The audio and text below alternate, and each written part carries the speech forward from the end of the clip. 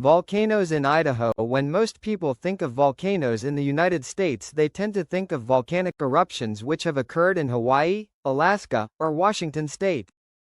However, one state that does not typically come up is Idaho, despite having 4 active or potentially active volcanoes, excluding Yellowstone.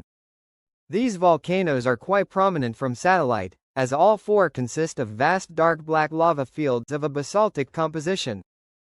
Although these lava fields are typically associated with large volume effusive eruptions like seen at Mauna Loa, eruptions in Idaho can also have explosive components to them. For example, at the Wapi Lava Field volcano, a powerful explosive eruption occurred during the course of a much more peaceful eruption. An explosive eruption. This explosive component of the eruption 2,222 years ago carved out a 312 feet long and 82 feet deep explosion crater referred to as a maar, which is now called the King's Bowl. This explosion was triggered when an intruding dike body of magma interacted with present groundwater. The groundwater flashed to steam, and since the same mass of steam takes up more volume than the water it once was, it caused an immense amount of pressure to build. This pressure was subsequently released upwards, generating a phreatic volcanic eruption. And, despite the size of the resulting crater which formed, this explosion was quite small. Compared to the 1980 eruption of Mount St. Helens, the eruption which formed the King's Bowl was 20,000 times smaller. The Wapi Lava Field volcano covers an area of 125 square miles or 323 square kilometers. All of this was covered by a single long-term eruption 2,222 years ago. Wapi Lava Field. This complex is divided into 2 sections representing groups of vents.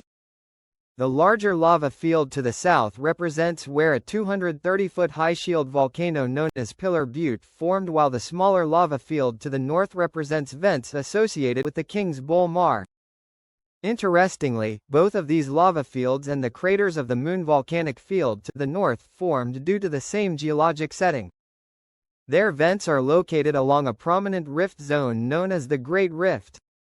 The Great Rift Zone. Here, the crust is spreading apart to the east and west, allowing for magma to intrude into the crust and erupt via a path of least resistance. This rift zone intersects with an area where the center of the Yellowstone hotspot previously traveled through. The Great Rift is seemingly parallel with the Basin and Range Province to the south, suggesting that it might simply be a geologically recent extension of it. Before this volcano produced its only eruption, there likely was a series of moderate magnitude earthquakes, perhaps with some events being in the magnitude 5 range. These quakes were caused by the intrusion of an 8-mile-long dike of magma. The northern section of the dike reached the surface first, producing a loud boom via an explosion which formed the King's Bowl maar. Vents soon ejected fountains of lava to the north and south of it along a several-mile-long chain of activity. Then, eruptive activity migrated southwards, beginning to form a large shield volcano through a single dominant vent. Over the span of what likely lasted several years, and rivaling the appearance of the 2021 and 2022 eruptions of the Fagradalsfjall volcano in Iceland, a shield volcano was constructed to a modest height. The Wapi Lava Field is what is referred to as a monogenetic volcano, meaning that the future eruption's exact vent we see erupted once and will never erupt again. However, the Great Rift is likely to be the site of more future eruptions which could occur along any section of it, possibly even further to the south of where it is visible, where hidden extensions that might exist of the rift might be buried under lava. Such an eruption could cause significant damage to many homes and farmland via lengthy lava flows, but might also occur far away from where any structures are currently located. Thanks for watching. Conclusion: if you would like to request a specific topic, please leave a comment below. Additionally, I would like to thank this channel's patrons on Patreon and channel members on YouTube.